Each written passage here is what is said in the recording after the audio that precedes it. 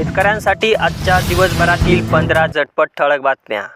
कापूस सोयाबीनला हेक्टरी 5,000ची सरसकट मदत द्या। आमदार अंतापूरकर यांनी घेतली जिल्हाधिकाऱ्यांची भेट।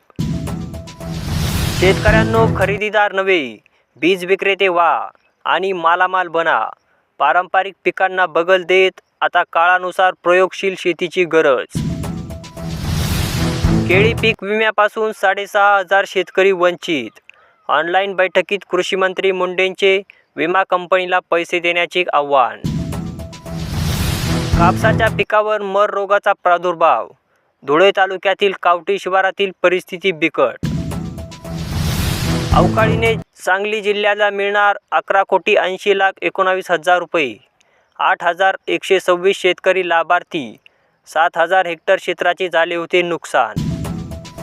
अनियमिततेसह पैसे उकळणाऱ्या 9 आपले सरकार केंद्रांना लागले टाळी।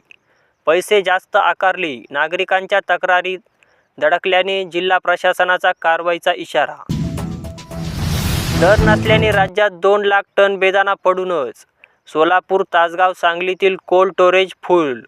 मागील वर्षाच्या मालाची आता विक्री। यंदा माल ठेवायलाही जागा मिळणे अवघड।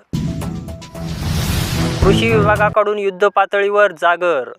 निश्चातार किडींचा प्रजनन प्रक्रिया वेगात। मादी पतंगाचा वेळीच करा नायनाट। शेतकरीही अलर्ट मोडवर। पूर अतिवृष्टीमुळे 8,556 हेक्टरवरील पिकांचे नुकसान। चंद्रपूर जिल्ह्यातील 4 तालुक्यांना मोठा फटका। कृष्णा वारणेच्या पुरामुळे 116 गावे बाधित। पंचनामे सुरू करण्याच्या प्रशासनाच्या सूचना। चाळीसगाव परिसरात 56 दिवसात 357 मिमी पाऊस।